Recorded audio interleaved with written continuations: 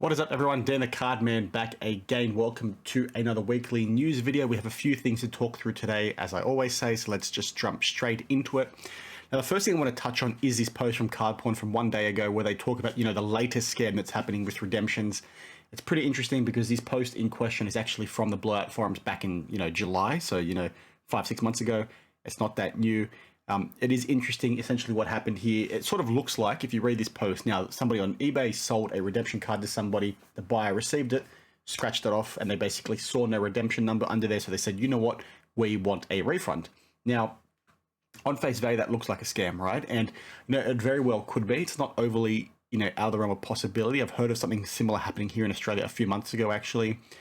But what looks like occurred in this specific instance, which is why I wanted to flag it to you today in this video, is that sometimes when people scratch off these redemptions, they scratch too hard and actually takes the number off. And I can actually show you, what this looks like down below.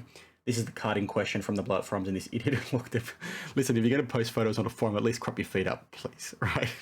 But you can sort of see here that the individual is either, scratched it off too hard and, the number's gone, or they've tried to be disingenuous, they've scratched it off, put the redemption number in, and then they scratch the number off completely, so then they can go back to the buyer and say, the seller, and say, you know what, you ripped me off, you sold me a fake redemption.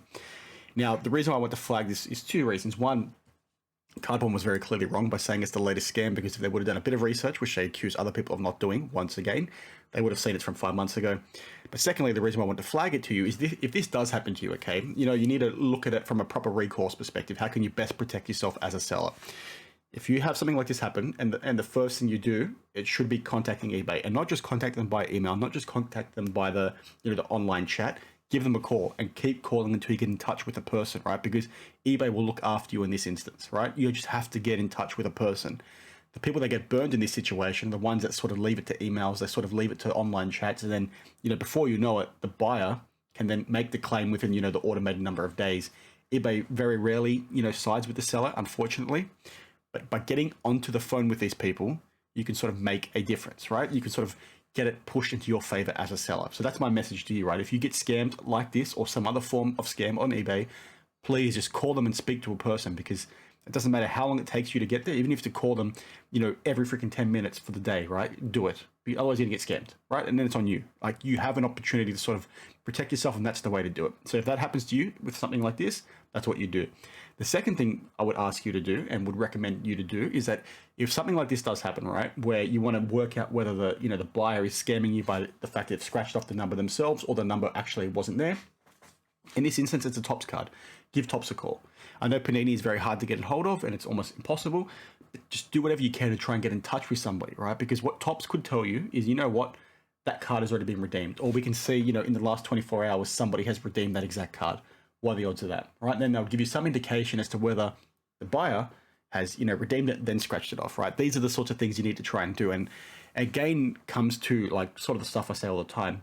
Be as proactive as possible. The second you sit on your heels and you sort of wait for things to happen, the buyer's already won, the scammer's already won. You need to protect yourself. Those are two ways you can do that.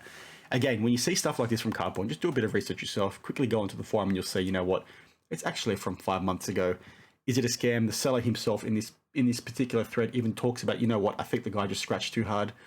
But again, it's good for Card Porn to bring it to our attention, but at the same time, like, do a bit of research and you'll see for yourself that, this is quite old. It's a mistake. Those two examples I just gave you on how to protect yourself should be the thing you try and do moving forward. Get in touch with somebody yourself in person, on a call. Do whatever you can.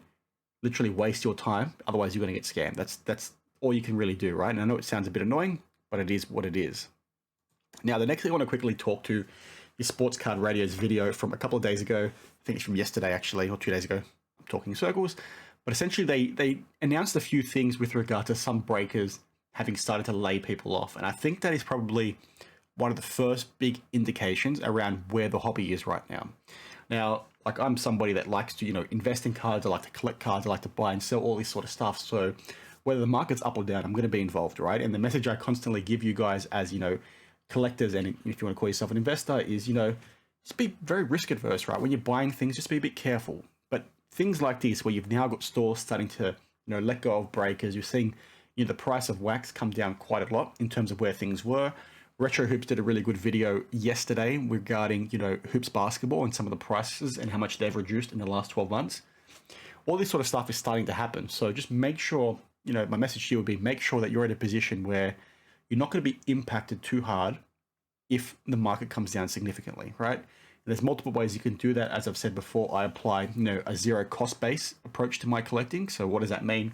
It means when I buy a card for my PC, let's say it costs $500, I'll buy some other cards and try and flip those through ComC. I'll flip it through, card shows here in Australia. I'll flip them through eBay. And it might be things like, I spend $20 to buy, a Pokemon slab. I saw that same slab for, $25, $30. Eventually that adds up and those profits pay for my, PC card that I just bought for $500.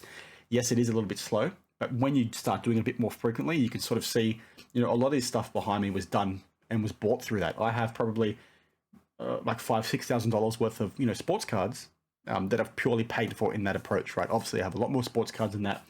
But that's how I funded a lot of my collection, is by doing that cost-based approach. So when we see breakers starting to lay people off, and then people have concerns about where the hobby's heading, we're seeing the boxes and prices of those boxes come down significantly or materially, I want to say, that's irrelevant to me because I'm going to be here long term. And that's why you should be approaching buying and selling with that same sort of mindset. It doesn't matter whether the market's good or bad. If you apply like a consistent approach and you don't panic and you sort of don't get FOMO and you just go and be patient and do what you love, you'll be fine, right? But just be a bit careful because we could start seeing things spiral with regards to, yes, it is one isolated incident with regards to one breaker, but we might start seeing it happen more and more and more.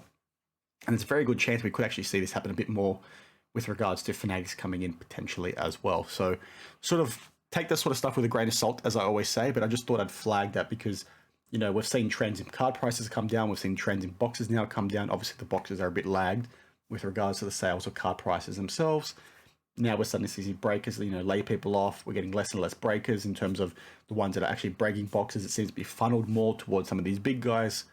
Just sort of pay attention to this sort of stuff and make sure that, when you're collecting, when you're buying, you're sort of doing it from a perspective that you're going to, make sure that you yourself aren't at too much risk. Now, the last thing I want to talk through is my video from 2 days ago. Now, I'm not going to talk myself up, but I think this is a really, really important video for you to watch as a sports card collector. It's this one here. Essentially, if you weren't aware what occurred with Magic 30th release or the debacle that occurred there, there's a lot of lessons to be learned. The long story short is essentially Magic collectors saw this product that was released by Hasbro, by Wizards of the Coast, and it was at a price point that was utterly ridiculous. It essentially went against the ethos of what it meant to be a Magic the Gathering player, Magic the Gathering collector. They shifted so far from, providing things for collectors, for enthusiasts, that the hobby stood back and said, you know what, we're not buying your shitty product. And essentially they took a stand, and Hasbro, their share price has taken a big hit. This release of this product has taken a big hit. I jumped through it in a lot more detail in this video, and I think it's really, really important. It's got 900 views. I think, without talking myself up, I think it needs more than that because there's a lot to be learned in terms of the things I talk about, right? If sports card collectors, approached what Panini have done, what PSA have done, what BGS have done, what some of these other manufacturers and pillars of the trading card hobby have done over the last 2 years, maybe we wouldn't be in this overpriced mess that we're in right now, this overproduced mess where you've got manufacturers pumping things and printing things to death. There's a lot to be learned from these Magic guys, and I think you as a sports card collector can learn a lot. So watch and check it out for yourself. So that's sort of it for today. Apologies, a bit short. Very, very tired. I was in the yard all day, mowed the lawn, put up Christmas lights, so on and so forth. It is really hot here in Sydney. I'm like a tomato. I've basically been sunburned. I don't know why I'm telling you my life story, but please, if you don't see me again, it's because I've died of sunstroke. So keep an eye out for me in the future. Maybe I'll be back. Maybe I won't. Who knows? Thanks for watching, and I'll see you in the next one. Cheers.